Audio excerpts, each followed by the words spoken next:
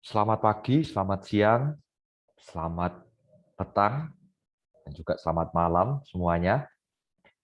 Pada kesempatan ini, saya ingin mencoba berbagi apa yang saya alami, apa yang saya pikirkan, apa yang saya refleksikan, dan juga apa yang saya harapkan dari kehidupan beragama seseorang dan juga kehidupan beragama bagi setiap pemeluk agama.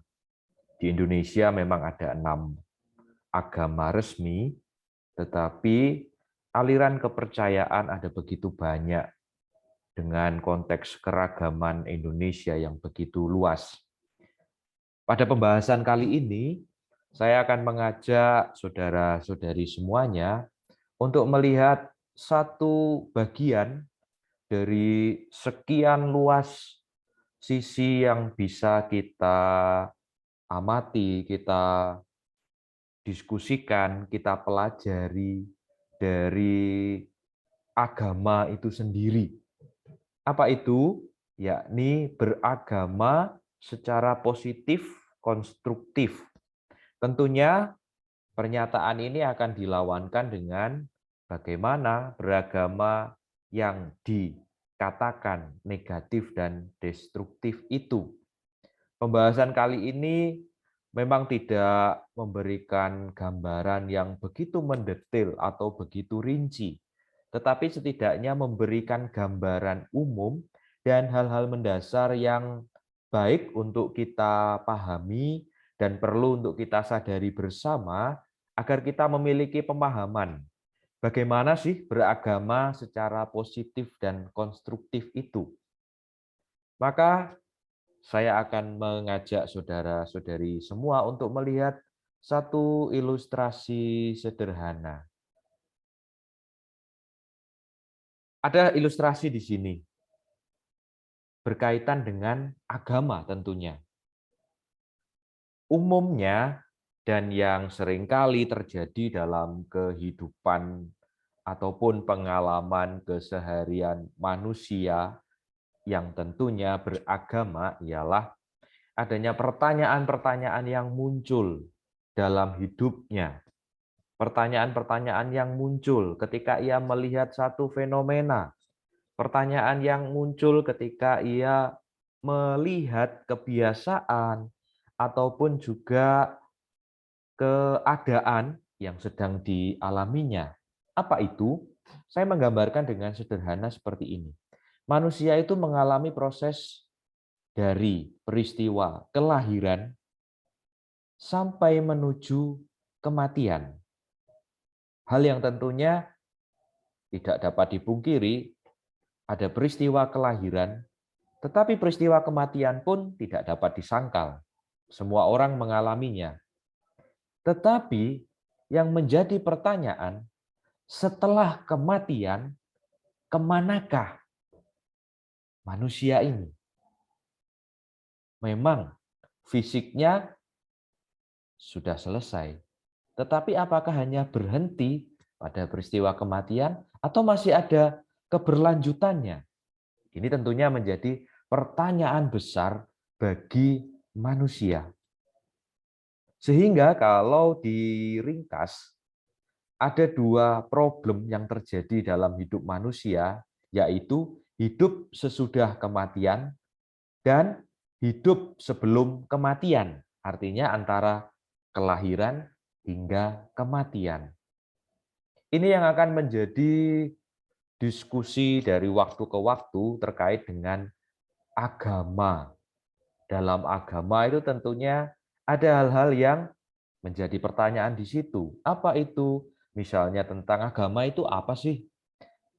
Kepercayaan seperti apa toh yang dianut?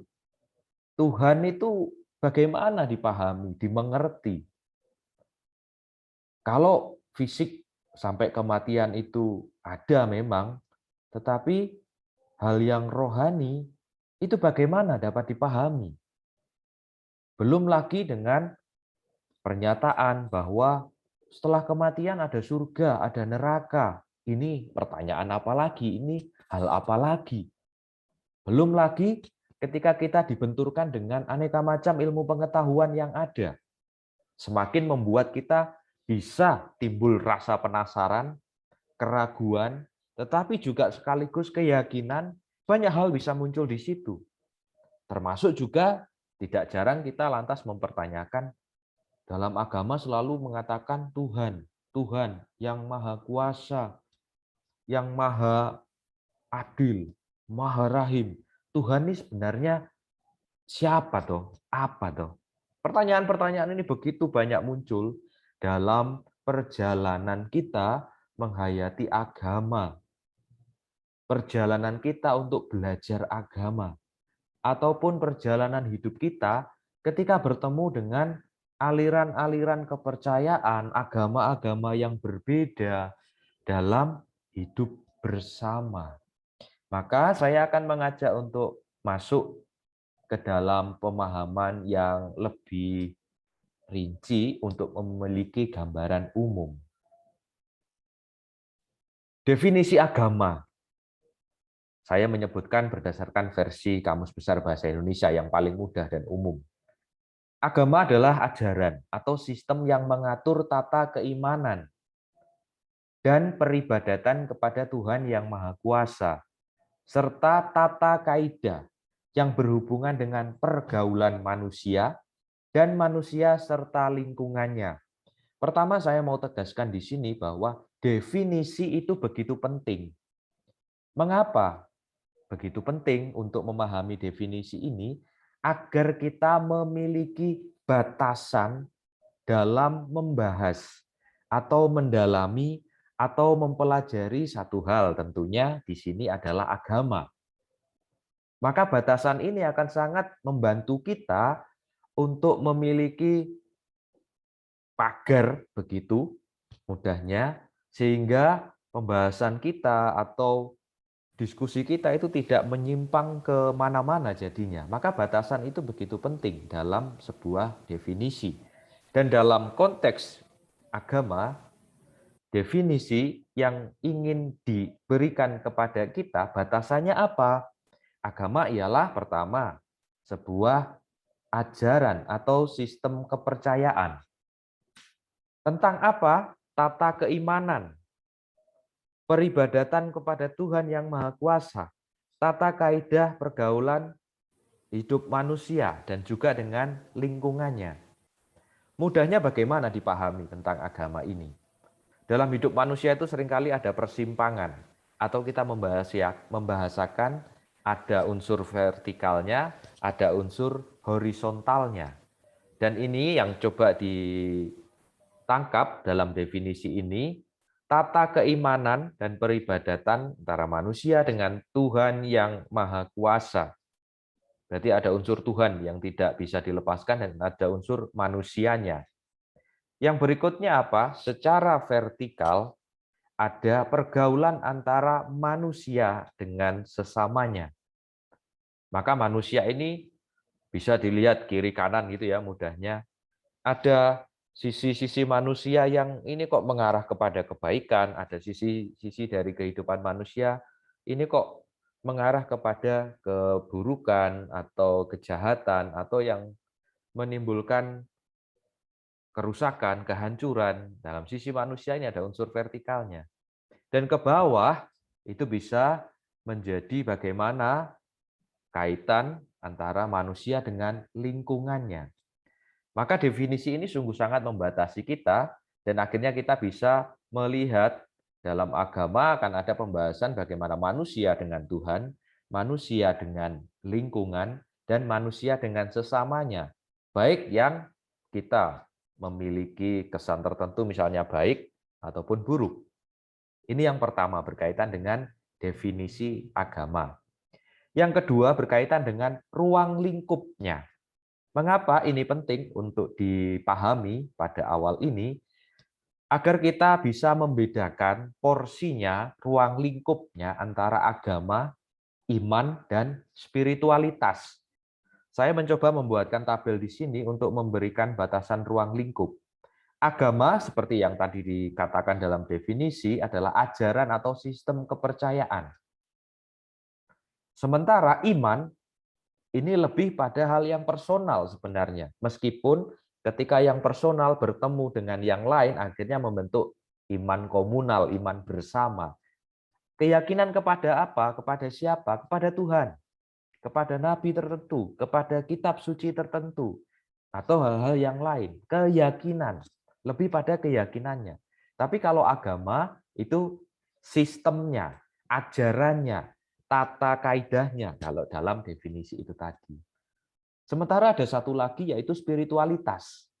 Sesuatu yang berhubungan dengan hal yang rohani, batin, tidak kasat mata, yang menggerakkan diri seseorang untuk melakukan sesuatu atau bertindak apapun itu. Ada spirit sendiri yang menjadi penggerak untuk manusia bertindak atau mengungkapkan ekspresinya. Ini ruang lingkup. Sehingga kita dengan memahami batasan atau ruang lingkup antara agama, iman, dan spiritualitas, kita dapat menempatkan pembahasan, diskusi, pendalaman dalam konteksnya masing-masing. Memang ketiganya ini saling terkait, tidak bisa terpisahkan. Ketika kita membahas agama, pasti akan menyinggung tentang iman dan spiritualitas. Sebaliknya kalau kita menyinggung spiritualitas, pasti ada kaitannya dengan agama dan juga iman. Tetapi dengan ini kita menjadi lebih tahu ruang lingkupnya atau kekhususannya masing-masing. Yang ketiga, ini juga perlu untuk kita pahami, agama itu memiliki sendi-sendi atau ungkapan yang lain mungkin pilar atau pondasinya atau unsur yang utama dari sebuah agama. Di sini saya membahasakan bahwa sendi agama ini adalah sebuah usaha pencarian. Karena terus-menerus seiring dengan peradaban manusia, perkembangan manusia, konteks persoalan manusia, ini akan terus-menerus mencari yang terbaik, mencari yang paling bisa membawa manusia untuk semakin memahami, memaknai, mengenal apa yang diyakininya, apa yang dipelajarinya, apa yang diamati dalam fenomena yang terjadi di kehidupan setiap waktunya, setiap harinya. Sendi-sendi apakah itu? Yang pertama adalah sendi eksistensial. Berkaitan dengan apa? Menemukan hal yang mendasar, yang esensi, yang utama, eksis katanya, eksistensi seseorang ataupun kelompok. Yang kedua adalah sendi intelektual. Sebuah pencarian tentang apa? Pendasaran yang kokoh. Sehingga apa? Apa yang diimani, apa yang diyakini, apa yang dihidupi, itu dapat dipertanggungjawabkan. Terlebih dalam konteks hidup bersama dalam hidup sosial. Ada pendasaran yang membuat orang makin percaya, makin yakin dengan apa yang dijalaninya, dipilihnya, dihidupinya. Yang berikutnya adalah sendi moral dan etikal. Ini sebuah pencarian tentang apa? Tentang nilai-nilai dalam hidup. Baik nilai secara pribadi ataupun nilai bersama-sama yang luhur tentunya. Dan nilai-nilai ini memiliki harapan dapat mendatangkan kebaikan bagi hidup manusia, bagi pribadi masing-masing, bagi kelompoknya. Ada nilai yang terus-menerus dicari, diperbaiki, disempurnakan. Yang keempat adalah sendi institusional. Mengapa? Kata institusi atau organisasi atau lembaga yang dapat kita tahu, dapat kita kenal. Mengapa sih ini juga penting? Karena manusia juga ada proses untuk mencari pola tata hidup bersama yang bisa dipahami, diketahui, disepakati, dijalani dengan konsekuensi-konsekuensinya. Sehingga dalam hidup bersama ada tata bersama yang menjadi penjamin ya, mungkin seperti itu, penjamin atau batasan, atau kalau bahasa tadi seperti di awal, pagar yang membatasi seseorang. Kalau saya berbuat demikian, maka konsekuensinya nanti seperti ini. Kalau saya melakukan seperti ini, maka ada konsekuensi bagi diri saya dan orang lain. Ini diatur, ditata dalam konteks institusi agama. Ini beberapa hal yang mengantar kita untuk membantu memahami agama, definisinya, ruang lingkupnya, dan hal-hal yang menjadi pilar, sendi, atau pondasi dalam agama. Selanjutnya, ketika kita sudah mengetahui itu, maka saya mengajak untuk memahami pola konstruksi dalam beragama. Pola konstruksi. Ini ada satu ilustrasi konstruksi, kita tidak asing lagi dengan kata konstruksi, susunan yang bisa membantu untuk memahami tahapan-tahapan sehingga ketika suatu bangunan itu berdiri, sungguh-sungguh dapat berdiri dengan kokoh, tahan lama, tahan dari goncangan dan lain sebagainya. Sehingga sungguh-sungguh bisa memberikan kenyamanan, bisa memberikan kebaikan, bisa memberikan rasa percaya pada orang yang menggunakan bangunan itu. Di sini saya mengatakan bahwa agama, pola konstruksinya lantas bagaimana? Agama ini akan membantu orang untuk membentuk cara dia berada di dunia ini. Dalam hidup kesehariannya, bagaimana dia berada, eksistensinya seperti apa. Saya ini bagaimana sih? Saya ini siapa sih di dunia? Saya ini dari mana sih asalnya? Cara dia berada ini sangat berpengaruh. Dan agama membantu untuk orang makin mengenali cara dia berada di dunia. Keberadaannya dia ketika sudah mampu untuk dipahami akan membantu kemudian cara berpikirnya. Cara berpikirnya, dan agama sangat membantu orang untuk memiliki cara berpikir, kerangka berpikir, pendasaran dalam berpikir, struktur dalam berpikir, seperti itu. Cara berpikir ini tentunya kemudian akan mempengaruhi cara dia berefleksi, merefleksikan, memaknai satu peristiwa, pengalaman, kejadian, perjumpaan, bahkan catatan sejarah barangkali, ataupun kemungkinan-kemungkinan ke depan, seperti apa yang terjadi. Seperti pada ilustrasi awal, ada hal yang terus-menerus menjadi pergumulan manusia ialah apa yang terjadi dengan hidup setelah kematian itu.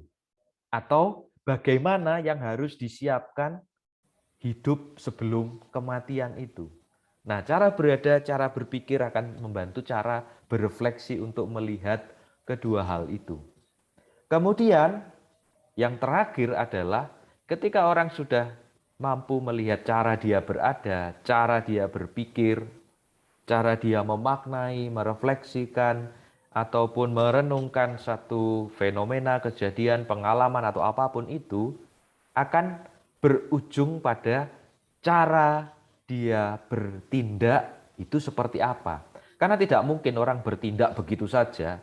Orang melakukan sesuatu, orang mengekspresikan dengan sesuatu tertentu, entah itu dalam bentuk karya, seni, pemikiran, gagasan, ide, tentunya akan dipengaruhi, ditentukan oleh cara-cara sebelumnya ini. Cara dia berada seperti apa, cara dia berpikir bagaimana, cara dia berefleksi ini seperti apa yang terjadi. Kemudian terungkap dalam cara bertindaknya.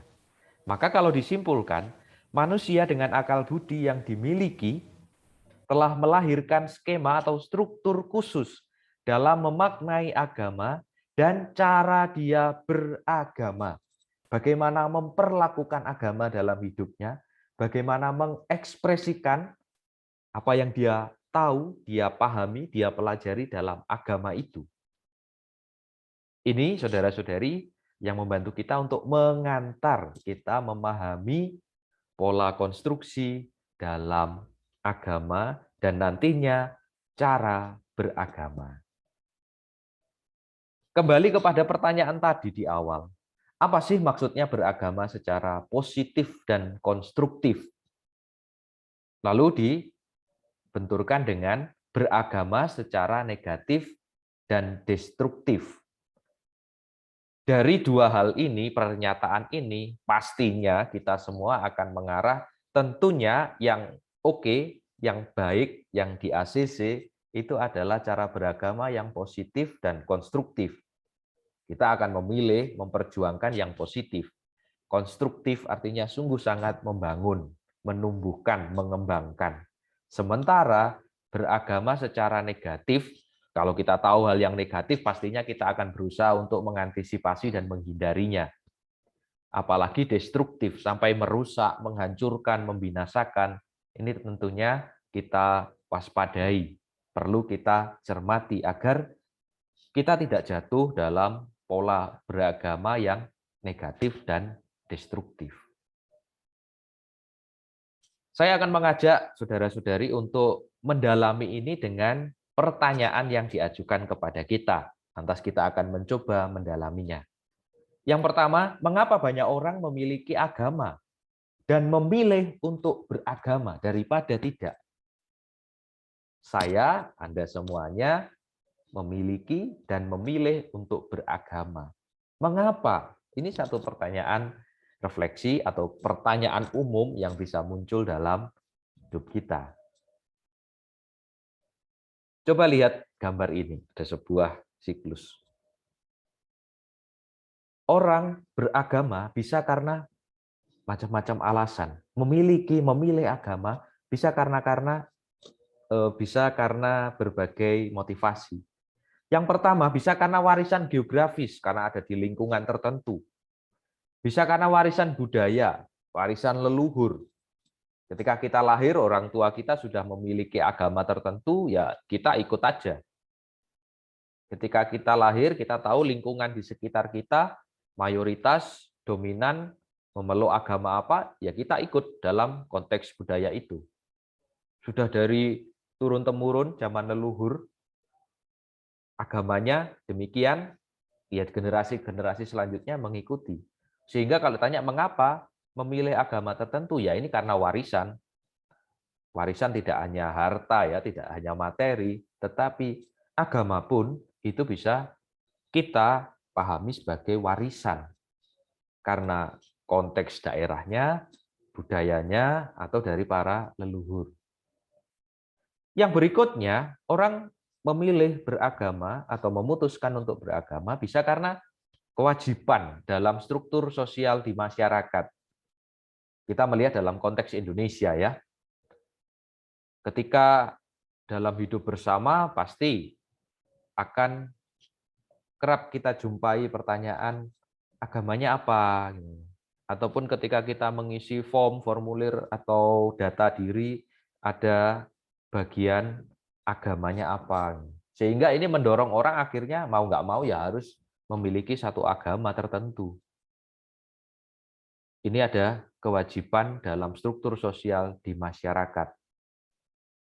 Yang berikutnya, orang memilih beragama bisa juga karena pengalaman kecemasan psikologis, stres, tertekan, depresi, sumpek ya, jengkel dengan pekerjaan, hidup, keluarga dan macam-macam hal.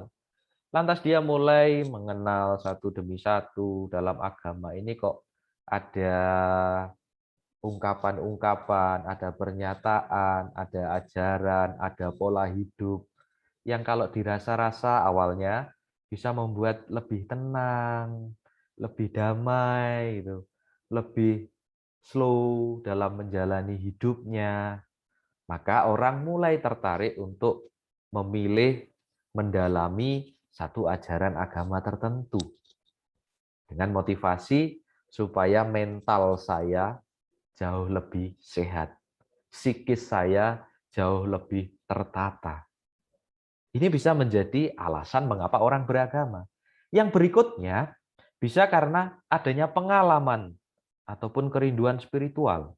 Tidak jarang kita mendengar orang mengalami peristiwa spiritual tertentu ya, atau pengalaman rohani tertentu yang membuat orang akhirnya tergerak, terdorong, termotivasi untuk mendalami pengalaman dalam agama tertentu. Seperti apa? Saya punya pengalaman rohani, perjumpaan ketika saya sakit misalnya. Ketika saya sakit, kemudian ada pengalaman rohani, sifatnya memang subjektif ya, personal ya, tidak bisa diterima secara umum gitu. Tetapi pengalaman personal ini, pengalaman pribadi ini lantas mengajak seseorang untuk makin mengenal agama tertentu seturut dengan pengalamannya itu. Dan juga adanya kerinduan, kerinduan spiritual, kerinduan dalam hal rohani, kerinduan batinnya, bermacam-macam. Lantas orang bisa tergerak untuk masuk dalam agama tertentu. Apalagi yang bisa menjadi alasan orang memilih dan beragama, karena melihat kekacauan situasi dunia dan manusia. Ada macam-macam kekacauan terjadi, kerusakan, dan juga moral, dan lain sebagainya. Lalu melihat dalam ajaran agama, mungkin dia membaca atau dia mendengar, diskusi, atau mengikuti misalnya pendalaman ajaran tertentu tentang agama, lantas dia tertarik dengan pemikiran-pemikiran dalam agama tertentu, yang ini sangat baik ketika diterapkan untuk mengantisipasi atau membenahi tatanan sosial atau situasi manusia. Jadi orang bisa tertarik karena dari sisi kognisinya, intelektualnya, ada pemikiran, ada pernyataan, ada diskusi yang menarik dalam ajaran agama ini, lantas dia tergerak untuk bergabung mendalami agama tertentu.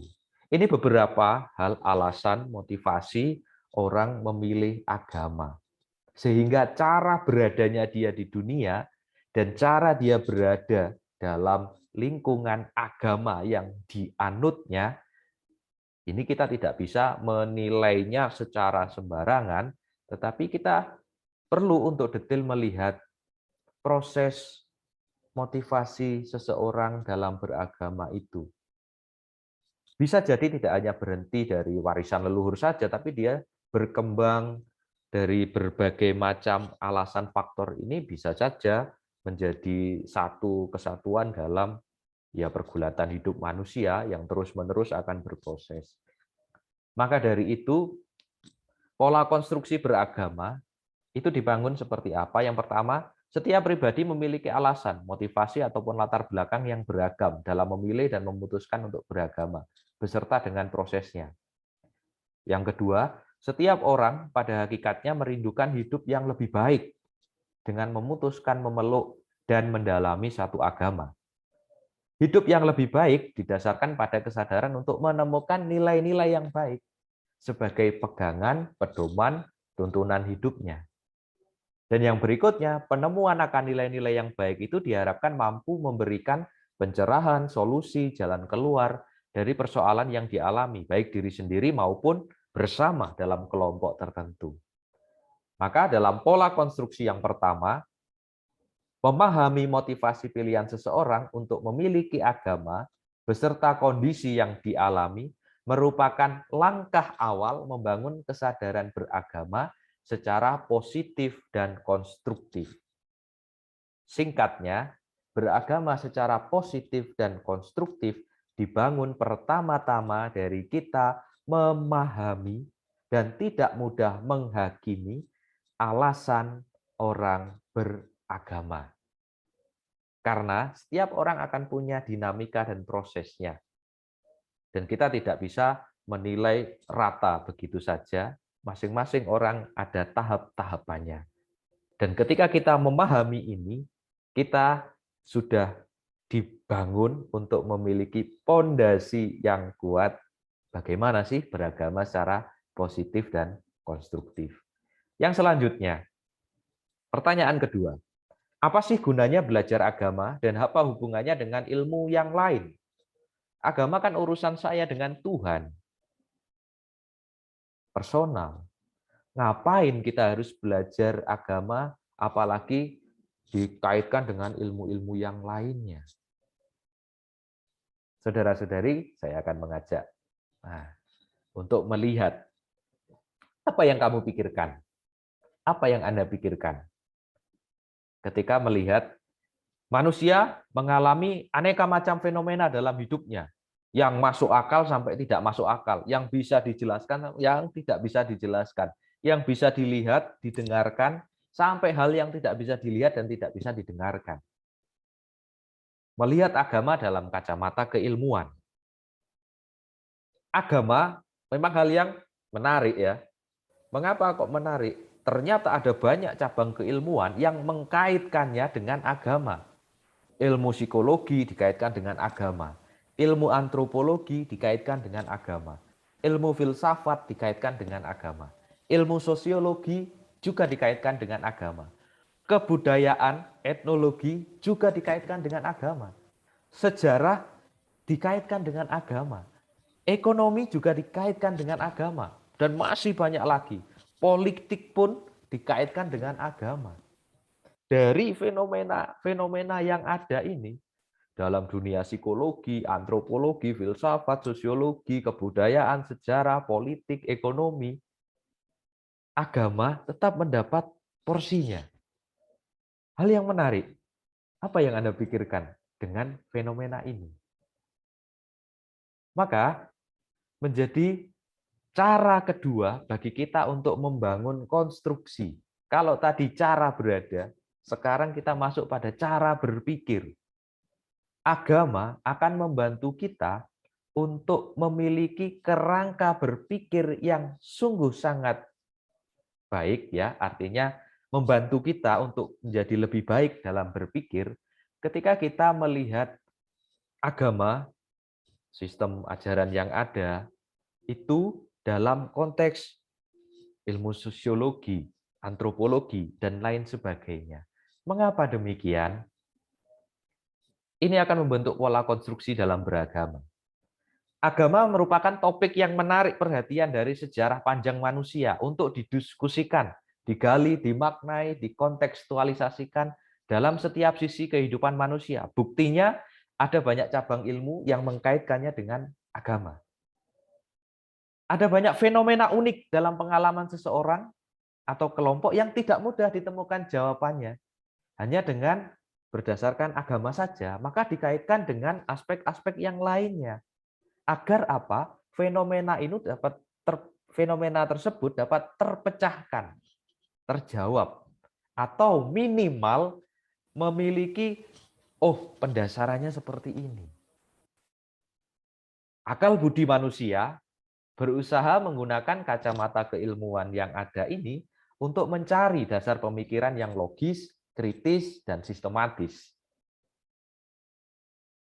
Sehingga apa? Bidang keilmuan yang mengulas fenomena dalam agama, ditinjau juga dari kaitannya dengan ilmu-ilmu yang lain, memberikan sudut pandang lain, perspektif baru, cara pandang baru, kerangka berpikir yang baru, cara berpikir yang berbeda, melihat fenomena yang sama secara berbeda.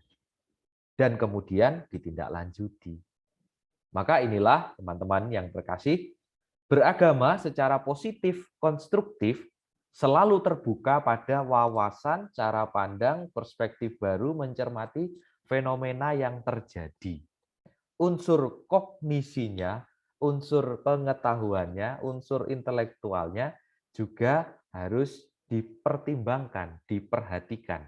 Maka beragama secara positif dan konstruktif ini menjadikan kita untuk terus mau belajar, dan mendalami agama yang saya pahami, agama yang saya dalami, agama yang saya ikuti dalam kaitannya dengan keilmuan perkembangan yang ada.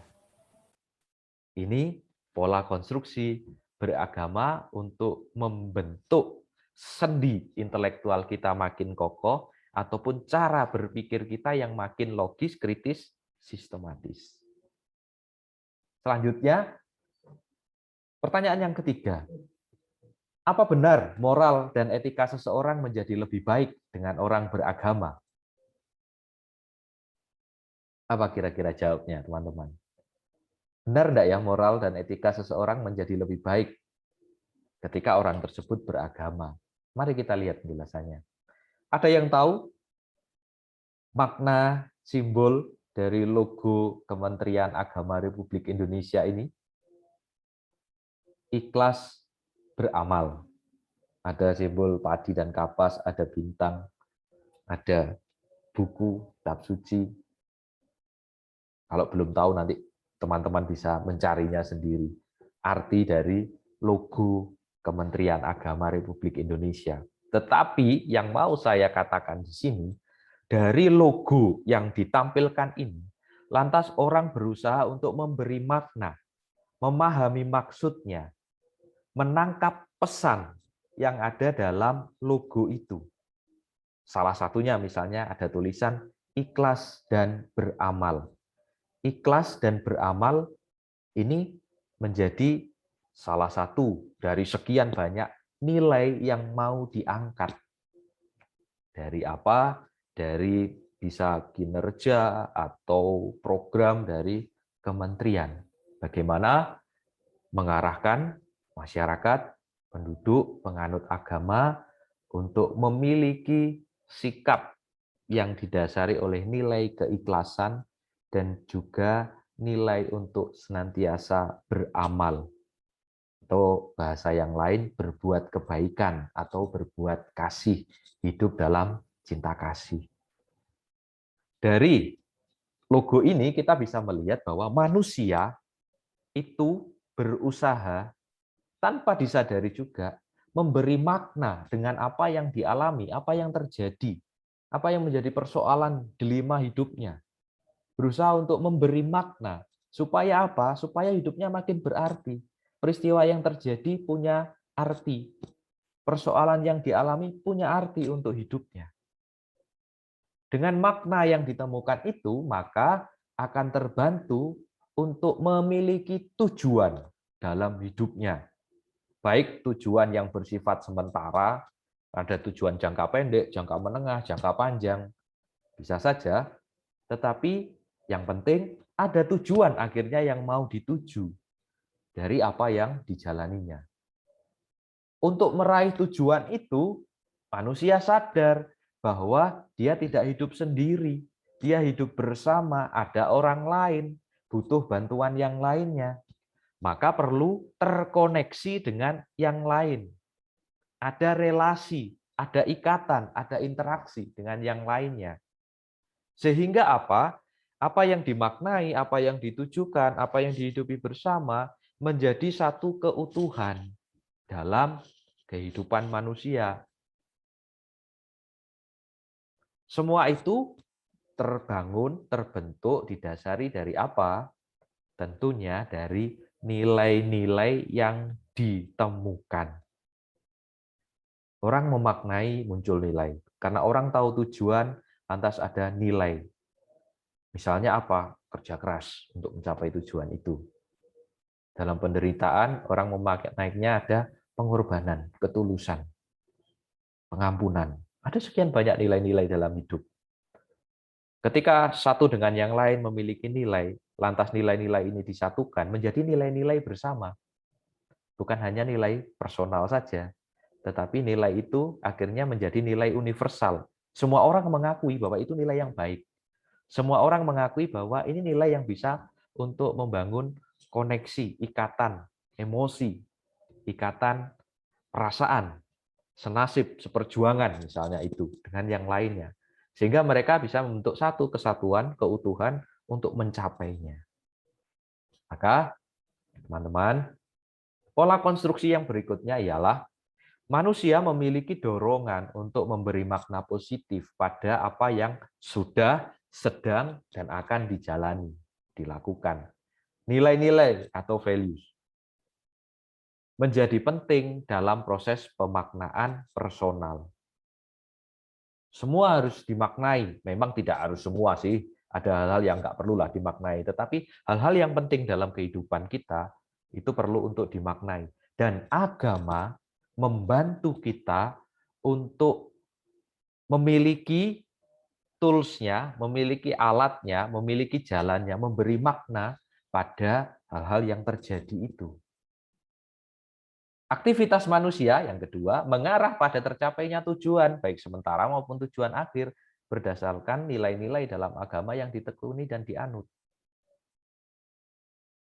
Ada nilai, misalnya satu nilai keselamatan kekal atau kebahagiaan abadi. Ada sebuah nilai yang mau dituju. Sehingga dalam menuju tujuan itu, nilai-nilai ini sangat penting yang diajarkan dalam agama untuk membangun arah hidup dan juga bagaimana mencapainya. Kita mau menuju puncak gunung, tetapi kan tidak bisa kita langsung dari bawah langsung menuju puncak. Kita harus bertahap berjalan untuk bisa sampai menuju ke gunung. Dan selama proses berjalan, ini juga tidak akan kita lempeng begitu saja, lurus begitu saja. Ada banyak hal dalam perjalanan ini, lika-likunya, dinamikanya yang harus kita lalui. Dan nilai-nilai ini akan sangat membantu kita untuk bisa tetap mengarahkan tujuan kita mau kemana. Keinginan untuk terkoneksi, terhubung dengan individu kelompok yang lain, seperti tadi saya ungkapkan, juga bisa dibangun, dipondasikan pada nilai-nilai sosial, humanisme, misalnya persaudaraan, kemanusiaan, solidaritas, nilai-nilai itu yang menjadi nilai universal untuk menjalin koneksi, hubungan satu sama lain. Nilai-nilai positif konstruktif ini menjadi pondasi akhirnya untuk menjalin keutuhan satu sama lain. Sehingga simpulannya, poin yang ketiga, beragama secara positif dan konstruktif mampu menjadikan nilai-nilai moral etikal yang diajarkan agama sebagai pondasi merawat keutuhan dalam hidup bersama di tengah perbedaan. Beragama secara positif konstruktif menjadikan nilai-nilai moral ini sebagai pondasi untuk merawat keutuhan.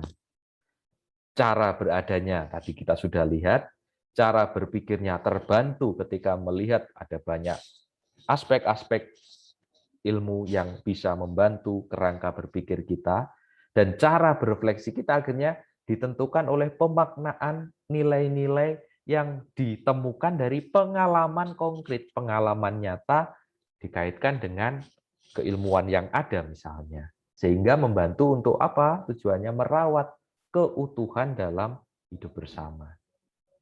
Selanjutnya, pertanyaan yang keempat, apa sih pentingnya ada institusi keagamaan?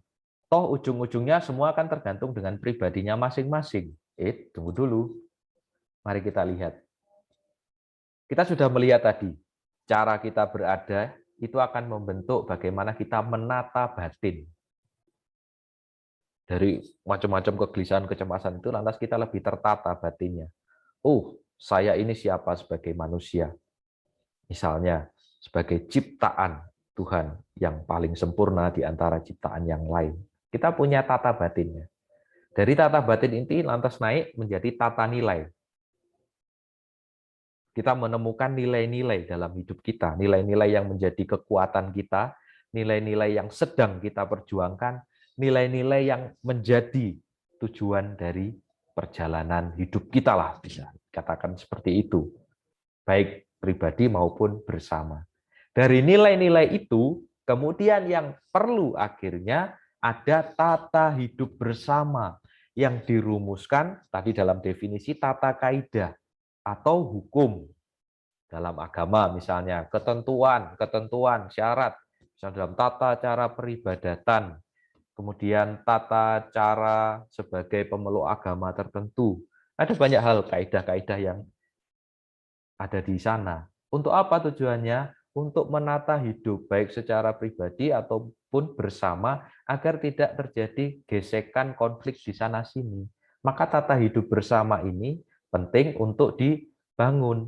Dan dibangunnya ini melalui institusi yang bernama agama. Berawal dari konsep berpikir, berefleksi seperti ini, lantas berujung berakhir pada sebuah aksi bersama, dan aksi ini diwakili oleh institusi yang ada, agama.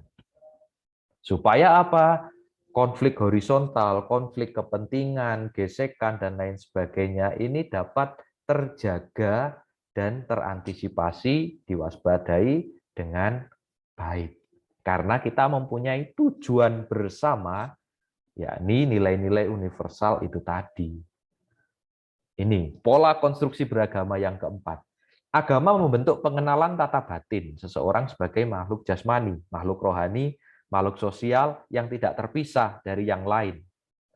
Agama sebagai institusi dibutuhkan untuk menata, menyatukan, dan mengontrol dalam konteks hidup bersama, baik internal, penganut seagama, maupun dengan komunitas eksternal, penganut yang non-seagama. Misalnya ada hukum agama, tata cara peribadatan, koordinasi dengan institusi lain. Ini menjadi penting kehadiran institusi agama. Kalau ada apa-apa, ada sesuatu hal, koordinasinya, penyelesaiannya, ataupun bermusyawarahnya, ini jauh lebih mudah tertangani dan bisa dibicarakan dengan jauh lebih aman, tenang, nyaman.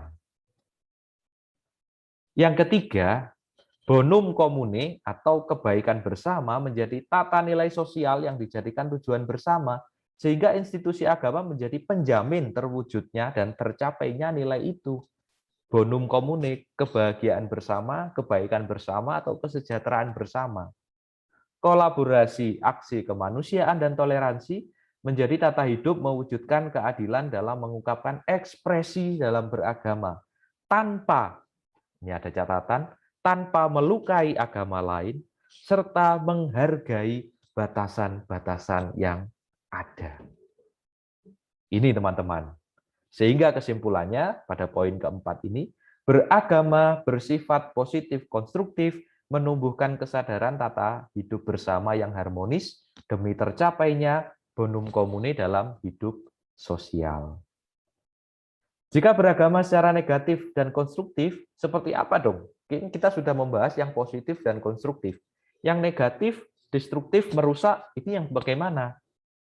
Sebaliknya berarti. Apa itu? Persatuan Indonesia tentu menjadi cita-cita luhur. Tetapi beragama negatif dan destruktif justru sebaliknya dari harapan terciptanya persatuan Indonesia.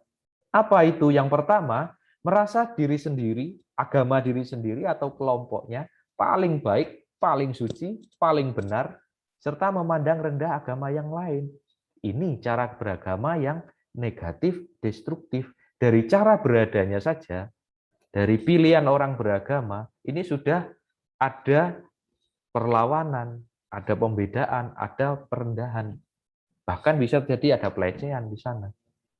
Yang kedua, menutup diri pada perspektif pandangan lain, pemikiran baru yang mengaitkan agama dengan keilmuan lain. Secara intelektual, tertutup, tidak open-minded, tidak terbuka dari perkembangan keilmuan ataupun relasi dengan keilmuan yang lain. Sehingga cara berpikirnya juga ya bisa dikatakan akhirnya terbatas karena tidak terbuka pada perkembangan-perkembangan yang ada. Yang ketiga, jatuh pada simbolisme, ritualisme, fanatisme sempit agama tanpa pemaknaan yang mendalam. Maka sangat sensitif dengan simbol-simbol yang ada. Bisa jadi hanya menekankan pada ritualnya saja, peribadatannya saja, ataupun bersikap fanatik dengan agamanya saja. Nilai-nilai universal ini menjadi tereduksi, tidak bisa berkembang dalam pengalaman pengolahan hidup beragamanya. Ini tidak sesuai, ini keliru, ini begitu mudah kita memberi penilaian-penilaian dan penghakiman. Salah, keliru, tidak benar, ini dosa, dan lain sebagainya. Tetapi ketika tadi positif konstruktif, kita akan bisa melihatnya dengan jauh lebih baik karena kita dibantu dengan cara berada yang baik, cara berpikir yang jauh lebih baik, sehingga cara kita menemukan nilai-nilai dalam agama, dalam hidup beragama pun, itu juga akan berbeda tentunya. Dan yang terakhir, akan sangat sensitif dengan perbedaan yang ada, dan sulit untuk menerima perbedaan yang ada. Bersikap eksklusif pada mereka yang seagama dalam berelasi dan berinteraksi. Sehingga jelas cara berada, cara berpikir, cara berefleksinya akan berpengaruh besar pada cara bertindaknya. Perbedaan menjadi harus dihindari. Dalam berelasi pun sungguh sangat membatasi. Akhirnya dalam bentuk ungkapan-ungkapan yang lain, ya juga menjadi hal yang bisa merusak apa itu persatuan Indonesia yang terdiri dari keanekaragaman budaya, agama, suku, dan lain sebagainya. Ini, teman-teman, saudara-saudari, yang bisa saya sampaikan. Lantas kesimpulannya bagaimana? Kesimpulannya kita bisa melihat di sini perbedaan positif konstruktif dan negatif destruktif dinilai dari sendi agama ini, eksistensial, intelektual, moral, etikal, institusional, atau cara berada, cara berpikir, cara berefleksi, dan cara bertindak. Kalau positif konstruktif bagaimana? Menghargai motivasi pilihan beragama setiap pribadi. Sebaliknya, yang negatif destruktif merasa paling benar, paling suci, dan paling baik. Cara berpikir secara intelektual bagaimana? Terbuka pada diskusi keilmuan dalam hubungan agama dengan disiplin ilmu lain. Kalau negatif destruktif tertutup pada diskusi keilmuan berbasis agama dengan disiplin ilmu yang lain. Secara moral etikal bagaimana cara berefleksinya dia? Menemukan makna nilai pada pengalaman hidup yang personal dan sosial. Kalau negatif destruktif jatuh pada simbolisme, ritualisme, dan fanatisme sempit agama. Pemaknaan yang lebih mendalam atau out of the box mungkin bahasanya sekarang, itu menjadi sangat-sangat dihindari. Pokoknya seperti ini, pokoknya harus begini, pokoknya yang seperti ini. Nah, kalau sudah pokoknya ini yang susah. Secara institusional bagaimana cara bertindaknya? Kalau positif konstruktif, bonum comune menjadi dasar nilai sosial membangun tata hidup bersama. Ada tata hidup bersama yang didasarkan pada tujuan akhir bonum comune, kebaikan bersama, kesejahteraan bersama, kemakmuran bersama. Dalam konteks Indonesia, keadilan sosial bagi seluruh rakyat Indonesia, seperti itu. Atau negatif destruktif. Kalau negatif destruktif bagaimana? Sulit menerima perbedaan, bersifat eksklusif, dan lebih condong merusak keragaman yang ada. Ini yang bisa saya sampaikan pada kesempatan kali ini. Apa yang saya sampaikan memang lebih banyak dari pengalaman saya dalam mengamati, mencoba melihat fenomena-fenomena yang ada, dan juga membahasakan dalam bahasa yang semoga bisa lebih sederhana untuk dapat dipahami oleh teman-teman, saudara-saudari semuanya. Sekali lagi, mohon maaf kalau misalnya dalam penjelasan yang saya sampaikan ada banyak hal yang keliru, salah, nanti bisa diperbaiki, bisa disempurnakan, sekaligus menjadi masukan bagi saya dan kita bersama untuk belajar lebih dalam lagi tentang agama, beragama, khususnya secara positif dan konstruktif. Agama dan perdamaian dari konsep menuju aksi. Terima kasih atas waktu yang diberikan, terima kasih atas kesempatan boleh berbagi, terima kasih atas perhatian saudara-saudari semuanya.